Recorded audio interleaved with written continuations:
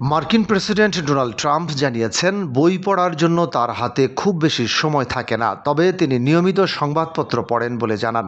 তার ভাষায়, সংবাদপত্রে নিজের সম্পর্কে প্রকাশিত প্রতিবেদনই তিনি সাধারণত বেশি পড়েন। শুক্রবার শিশুদের একটি পডকাস্টে অংশ নিয়ে এসব কথা বলেন ট্রাম্প। অনুষ্ঠানটির নাম ছিল story time with the second lady. এতে তার সঙ্গে ছিলেন উষা ভ্যান্স। আমেরিকার 250তম জন্মদিন উদযাপন উপলক্ষে এই অনুষ্ঠানের আয়োজন করা হয়। আলোচনার শুরুতেই ট্রাম্প তার পছন্দের বিষয় রিয়েল এস্টেট নিয়ে কথা বলেন। রিয়েল এস্টেট ব্যবসায়ী হিসেবে নিজের দীর্ঘ অভিজ্ঞতার কথাও উল্লেখ করেন তিনি। সাক্ষাৎকারটি অনুষ্ঠিত হয় হোয়াইট হাউসের ওভাল অফিসে। সেখানে তার কনুইয়ের পাশে একটি নরম টাক ঈগলের পুতুল রাখা ছিল। পুতুলটির দিকে ইঙ্গিত করে ট্রাম্প রসিকতার সুরে মন্তব্য করেন। তিনি বলেন, এটি সম্ভবত বিশ্বের সবচেয়ে শক্তিশালী রিয়েল এস্টেট। তার মতে, সবকিছুর শুরু এখান থেকেই হয়, আবার সবকিছুর সমাপ্তিও এখানেই ঘটে। এরপর নতুন করে এখান থেকেই সবকিছুর সূচনা হয় বলেও মন্তব্য করেন তিনি।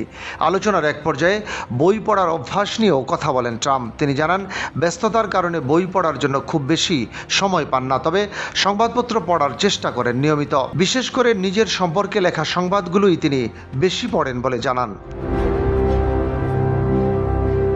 এ সময় হোয়াইট হাউসের সাবেক প্রেসিডেন্টদের অবসর বিনোদন নিয়ে লেখা প্রেসিডেন্টস প্লে বইটি হাতে নেন তিনি। বইটির সচিত্র পাতাগুলো উল্টাতে উল্টাতে বিভিন্ন বিষয় নিয়ে মন্তব্য করেন। আলোচনার এক পর্যায়ে আব্রাহাম লিঙ্কনের প্রসঙ্গও তোলেন ট্রাম্প। তিনি বলেন, লিঙ্কন ঘোড়ায় চড়তেন। রসিকতার ছলে তিনি জানান, তারও ঘোড়ায় চড়ার ইচ্ছে রয়েছে, তবে সঙ্গে সঙ্গেই সম্ভাব্য ঝুঁকির কথাও উল্লেখ করেন তিনি বলেন, ঘোড়া থেকে পড়ে যাওয়ার আশঙ্কাও থাকে। এ কারণে খুব ধীর গতির ও শান্ত একটি বয়স্ক ঘোড়া বেছে নেওয়ার কথা বলেন ট্রাম্প। তার ভাষায়, এমন একটি অলস ঘোড়ার পিঠেই হয়তো তিনি চড়বেন।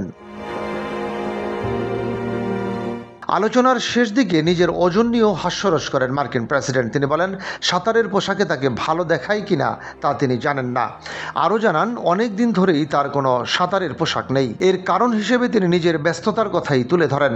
পুরো সাক্ষাৎকার জুড়ে বিভিন্ন বিষয় নিয়ে রসিকতার মাধ্যমে নিজের বক্তব্য তুলে ধরেন ডোনাল্ড ট্রাম্প।